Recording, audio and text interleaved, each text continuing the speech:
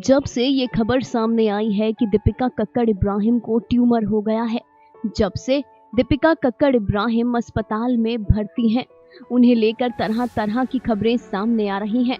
कई बातें कही जा रही हैं, कई दावे किए जा रहे हैं, लेकिन हमने सोचा कि क्यों ना अपनी इस रिपोर्ट में आपको ये बताएं और समझाएं कि आखिर दीपिका कक्कड़ इब्राहिम को हुआ क्या है। जी हाँ, हमने एक मेडिकल एक्सपर्ट से, एक डॉक्टर से बात की है। हमने उनसे पूछा, समझा कि दीपिका के साथ क्या हुआ है, तो उन्होंने इस पर हमें पूरी जानकारी दी। दरअसल एक्ट्रेस को लीवर में ट्यूमर है और डॉक्टर्स ने हमें बताया कि लीवर हमारे शरीर का सबसे अंदरूनी हिस्सा होता है।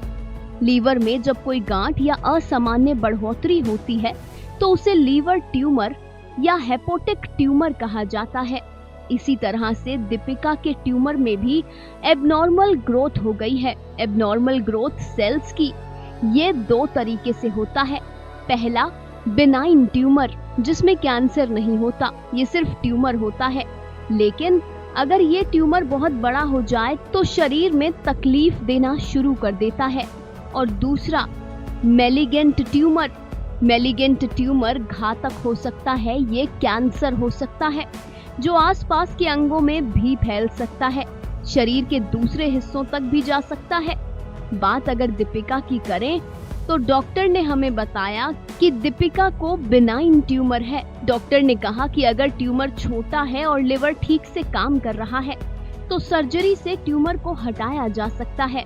हालांकि कुछ मामलों में लिवर ट्रांसप्लांट भी किया जाता है। दीपिका कक्कड़ इब्राहिम की सर्जरी हो चुकी है। साइबर नाइफ जैसी मशीन से रेडिएशन देकर ट्यूमर को हटाया जा सकता है। इस ट्यूमर के कारण दीपिका के ऊपरी पेट में दर्द रहता था, उन्हें बार बार उल्टी आती थी, अनईजी महसूस होता था, पेट भरा भरा लगता था, पेट में सूजन रहती थी, उनका चेहरा और आंखें पीली पड़ गई थी। दीपिका को भूख लगना बंद हो गया था और उन्हें बेहद थकान और कमजोरी महसूस होती थी।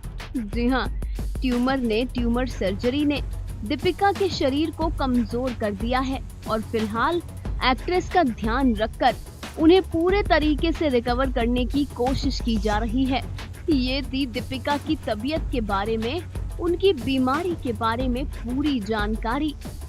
अब इस रिपोर्ट के अंत में हम इतना ही कहेंगे कि आप लोग बिल्कुल भी मत घबराइएगा, दीपिका ठीक हो जाएंगी।